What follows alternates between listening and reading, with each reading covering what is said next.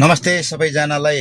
हाम्रो पूर्ण सरले चाहिँ एउटा कुरा चाहिँ मैले त प्राइभेट चलाएर हिँडेको देखेको थिएँ। जस प्राइभेट चलाएर पनि भिडियो चाहिँ बनाउनु भएको भन्नुभएको रहेछ। यो कुरा चाहिँ वास्तविक कुरा सही हो सर। मैले किन सही हो भनेर भन्नुहुन्छ भने अब हाम्रो हैसियत 2 लाख 3 लाख पुगेर 55 लाखको गाडी किन्ने हैसियत छैन सर। अब तपाईँको पो अल्टो भयो भने क्यासमा छ सर हैन। चाहिँ तपाईँ जे भए पनि मजदुरको लागि बोल्ने मान्छे पनि हो। म तपाईँलाई म रेस्पेक्ट पनि गर्छु हैन। तर के लाग्छ भन्दाखेरि मजदुर त सबै मजदुरै हो। कोही साथीहरू नरिसाउनु, म पनि पूर्व ट्याक्सी ड्राइभर हो है हजुर हैन। एकदम तपाईँको गलतै छैन। मैले प्राइभेट चलाएकै हो हैन। तर एउटा कुरा के लाग्छ भन्दाखेरि हामीसँग 2 लाख 3 लाख हुनेले त ट्याक्सी चलाउने हैसियत पनि भएन, किनेर हैसियत नै भएन। अनि थोत्रो त्यो अल्टो गाडी लिएर जाउँ भन्यो भने चाहिँ दिउँसोको 1500 रातिको 1500 भाडा माग्छ। गाडीले कमाउँछ 1000-1200 रुपियाँ कसरी तिर्ने हैन सर। अब त्यो भएको कारणले गर्दाखेरि इभी गाडी चलाउन गएको 3500-4000 भाडा लिए भन्छ हैन। 3500-4000 चाहिँ कमाउँछ। अनि 3500-4000 भाडा चाहिँ हामीले दिनु सक्छ त। अनि चाहिँ अहिले चाहिँ मजदुरले गर्यो, यसले चाहिँ यो प्राइभेट गाडी चला। यो काठमाडौँमा 80% ट्याक्सी ड्राइभरले प्राइभेट गाडी चलाछ सर। सिधा कुरा हो।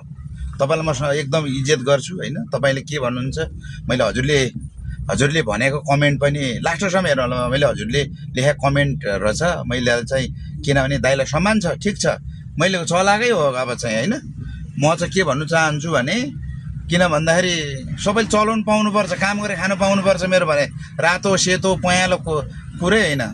तपाईँले खानु पाउनु पर्यो, सबैले पाउनु पर्यो। अहिले चाहिँ हामीले यस्तो गाडीहरू चाहिँ 2 लाख 3 लाख पुगेर यहाँ काठमाडौँमा जग्गा छ भनेर ब्याङ्कले सोध्छ। यहाँ चाहिँ सरकारले चाहिँ जिम्मा लिएर ल ट्रेडिङ लिएर चाहिँ ल सरकारले चाहिँ ल यति चाहिँ हामीलाई काम गर्ने वातावरण नभएपछि बाध्य हुनु परेन सर। पुरा सर त्यो चाहिँ अलि हजुरले चाहिँ ठिक छ। मजदुरको लागि तपाईँले धेरै राम्रो कुरा उठाएको हो। तपाईँको मजदुरको पैसा त लाग्दैन, तपाईँ एकदम स्याउ किन लाग्नु पर्यो सर। चुप लाएर बस्नु होला। मेरो विचारमा कतैबाट आउँछ भने ल्याम्मा खाने, चुप लाएर बस्ने, त्यति मैले बुझेको कुरा चाहिँ कुनै ट्याक्सी ड्राइभरले तपाईँलाई साथ दिनेवाला नि छैन।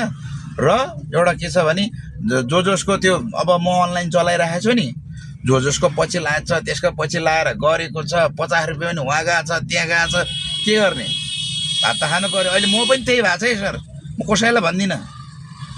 एकदम ट्याक्सी चालकहरू हुनुहुन्छ भने पूर्व ट्याक्सी चालकहरू हुनुहुन्छ प्राइभेट चलाउन कमेन्ट गर्न नबिर्सिनु होला। सबैले काम गरेर खानु पाउनुपर्छ। कि सरकारी गाडी किनेर दिनु पर्यो हैन। हामीसँग 3-4 लाख रुपियाँ पैसा भएको मान्छेले 50 लाखको गाडी आँटाउनै सकेन है। दुःख लाग्दो कुरो त्यहाँनिर छ। अनि चाहिँ अब यसरी हिँड्दाखेरि ठिक छ, मलाई भिडियो बनाउनु मन लाग्यो मैले बनाएँ हैन। माइन्ड गर्ने कुरा पनि भएन कसैले। भएको कुरा म हालिराख्छु। दाइलाई मैले नचिने नि रेस्पेक्ट पनि छ हैन। दाइलाई मैले मानेछु। हिजोको दिनमा 2टा ट्याक्सी सकिने गरेर आन्दोलन गरेर भिखारी भएको नि हो हैन। त्यो दिनहरूको कसले बिर्सिन्थे र। बोलखोमा चाहिँ त्यता गरेर बसेकै हो। अझै अरूले चाहिँ भूकम्प पीडित र दुनियाँ भरेर 4-5वटा गाडी पार्यो। हामी भएको गाडी चाहिँ आन्दोलन गरेर सकायौँ। अब चाहिँ भएको एउटा चाहिँ मेरो यो थोत्रो प्राइभेट छ। तपाईँले समाएर कारवाही गर्ने पनि गर्नुहोस्। म केही भन्नेवाला छैन। तपाईँ मेरो पूर्व दाइहरू हुनुहुन्छ हैन। मैले इज्जत पनि गरेको छु हैन। मैले चाहिँ अब गाडी नम्बर भनौँ भनेर चाहिँ हजुरले कमेन्ट गर्नु होला। म गाडी नम्बर पनि हजुरलाई म हालिदिउँला। किन भन्दाखेरि अहिले चाहिँ मजदुरको विषयमा बोल्ने सबै मजदुर हो। सबैले काम गरेर खानु पाउनुपर्छ। मेरो भनाइ चाहिँ किनभने प्राइभेटले पनि चलाएर खानु पाउनुपर्छ। हामीसँग 5 लाख रुपियाँ छ। हजुरहरूले लगानी गरेर दिनुहुन्छ भने हामी आउँछौँ, भोलि नै आउँछौँ। तर हामी बेरोजगारी हो साथीहरू, त्यही नै हो। धन्यवाद। दाइलाई कस्तो लाग्छ हेरेर लास्टमा हेरेर कमेन्ट गर्नु होला। जति ट्याक्सी चालकहरू हेर्नु चाहिँ कमेन्ट गर्नु होला। धन्यवाद।